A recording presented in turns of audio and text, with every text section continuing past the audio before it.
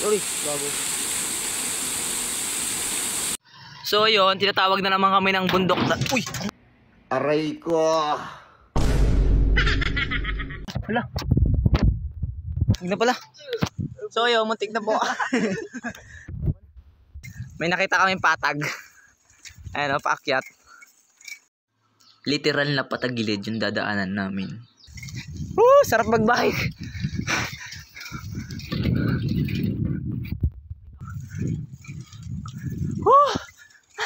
Patag nga.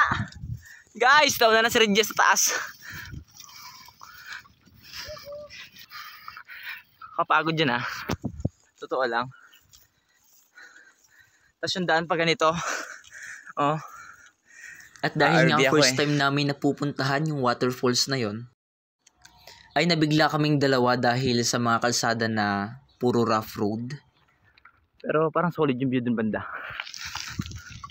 Pagtapos talaga ng mga mataas na ahon, makikita natin yung mga magandang tanawin na. Oh. Diba?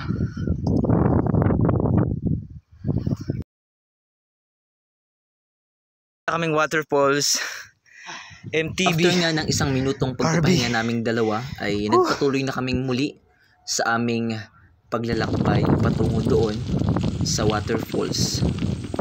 Actually, ilang beses nga pala kaming nagtanong-tanong dyan sa mga tao na nakatira sa lugar na yan.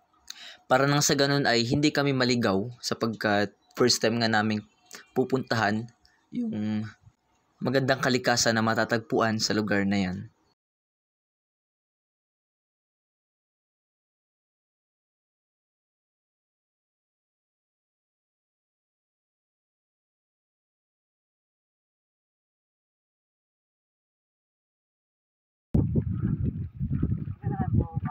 Ewan ko lang, taas din ah.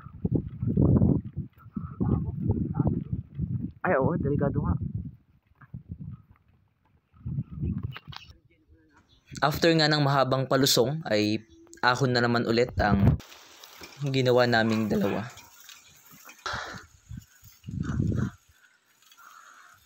Hardest climbed. Ito tayo climber.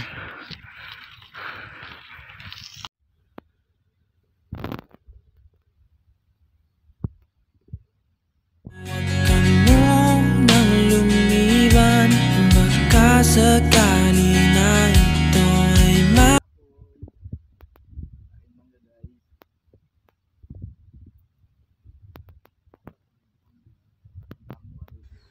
In this part ay iniwan namin yung aming mga bisikleta nang sa ganun ay mapadali ang aming paglalakad patungo doon sa ibaba. Sheesh! With John Reggie, gang gang. Kamali mo. Ayun yung ano. Linaw baboy na tinatawag nila. Tignan natin sa baba mga kaibigan. Taas. Taas ah. Doon pa yung bike namin pagbalik namin.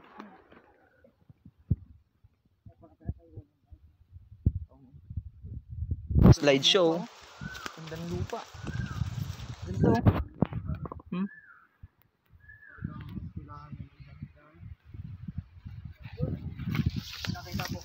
Sa aming paglalakad dalawa ay meron kaming nakitang ebidensya. Ayan. Uy! Kung makikita nyo sa video. Shout out sa nag-iwan yan. Pinagbabawal.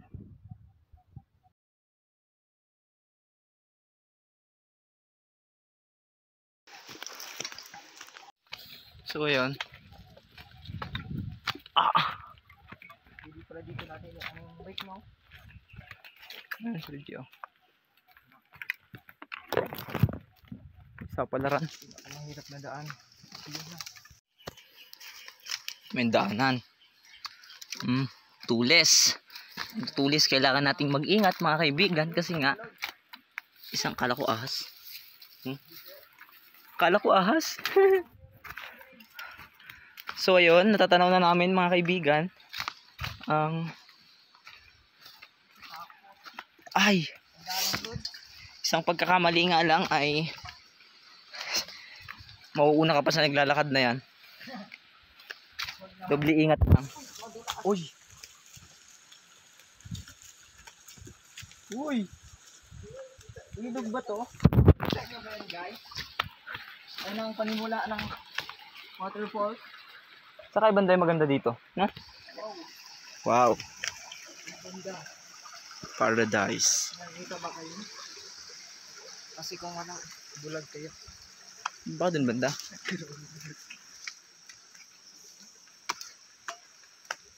Ito ba yung area na liguan nila? Baka doon, Goy. Doon pa, di ba yun? Nag-ikot tayo eh. Oo nga eh. Taas kayo banda doon? Ayun. Aywan. Di po namin alam kung saan kami pupunta. Eh, no, daanan lo yun. Saan? Oo nga. Sige. At muli naming ipinagpatuloy ang aming paglalakad para nang sa ganun ay marating namin mismo yung waterfalls na sinasabi ng mga tao na nakatira sa lugar na yan. Isang pagkakamali nga lang ay sa iba tayo pupulutin. Oh. Ganda na oh. Para time lapse.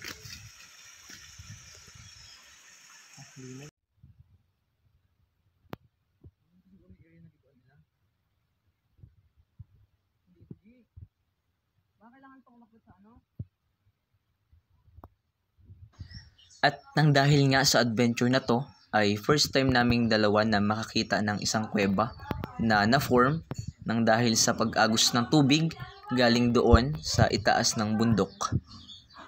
Susubukan nga sana namin na pasukin yung loob pero hindi na namin ipinagpatuloy sapagkat nakakatakot nga dahil dalawa lang kami nung pumunta kami sa lugar na yan.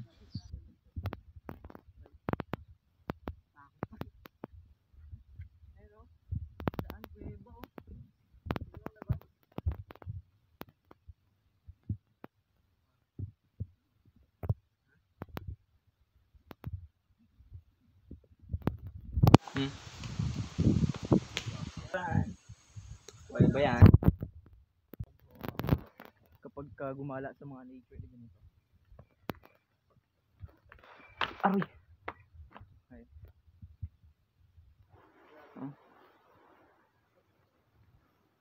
Charan!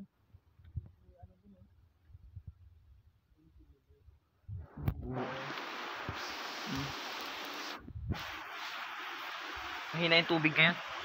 Tag-araw kasi May. Month ng May. Delikado pala dun. Ito nga pala yung pangalawang kuweba na nakita namin sa lugar na to. Nakakamangha lang kasi first time naming makakita ng ganyan in person. Pagkatapos nga ng aming mahabang pagbabike at paglalakad ay ito na ang mga sunod naming nakita.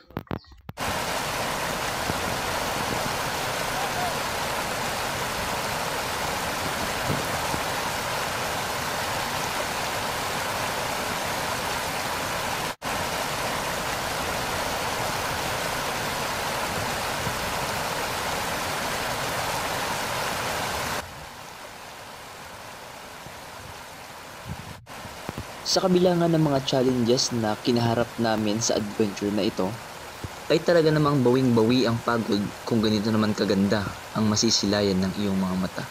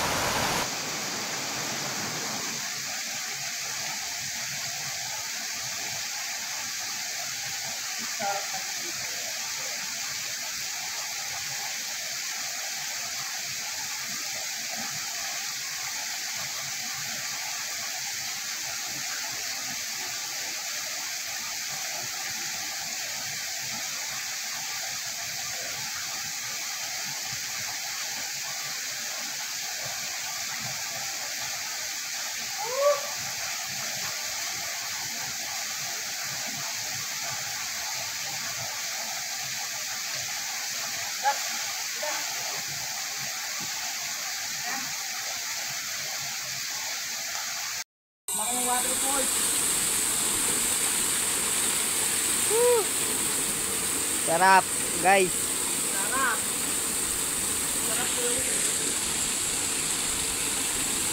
Uy, bago.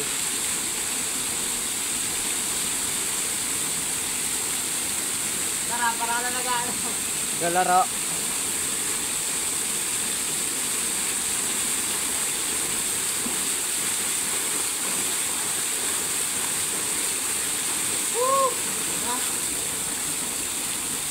Pag na. Tumama sa bato pala yung ano ko.